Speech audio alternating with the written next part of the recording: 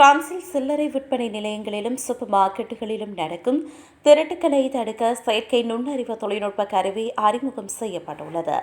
இந்த AI தொழில்நுட்பம் கடைகளில் உள்ள சாதாரண கண்காணிப்பு கேமராக்களுடன் இணைக்கப்படுகிறது. இது வாடிக்கையாளர்களின் உடல் அசைவுகளை தொடர்ச்சியாக கண்காணிக்கும். ஒருவர் ஒரு பொருளை எடுத்து தனது பையில் மறைத்து வைத்தால் அந்த நொடியே இந்த மென்பொருள் அதை கண்டறிந்து கடை ஊழியர்களின் கையடக்க தொலைபேசிக்கு எச்சரிக்கை செய்தி அனுப்பும். பாரம்பரிய கண்காணிப்பு முறைகளில் ஊழியர்கள் எப்போதும் திரையை பார்த்து கொண்டிருக்க வேண்டும். ஆனால் இந்த AI தொழில்நுட்பம் தானாகவே சந்தேகத்திற்கிடமான செயல்களை கண்டறிவதால் மனித தவறுகள் குறைக்கப்படுகின்றன. இந்த தொழில்நுட்பம் முக அடையாளங்களை சேமிப்பதில்லை என்பது இதன் தனி சிறப்பம்சமாகும்.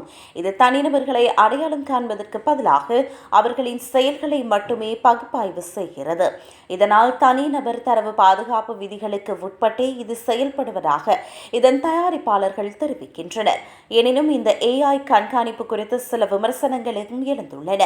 வாடிக்கையாளர்கள் எப்போதும் கண்காணிக்கப்படுகின்றோம் என்ற உணர்வு அவர்களின் சுதந்திரத்தை பாதிப்பதாக மனித உரிமை ஆர்வலர்கள் கருதுகின்றனர். ஆனால் இந்த திருட்டுக்களை குறைப்பதன் மூலம் பொருட்களின் விலையேற்றத்தை தடுக்க முடியும் என்று வணிகர்கள் இதனை ஆதரிக்கின்றனர்.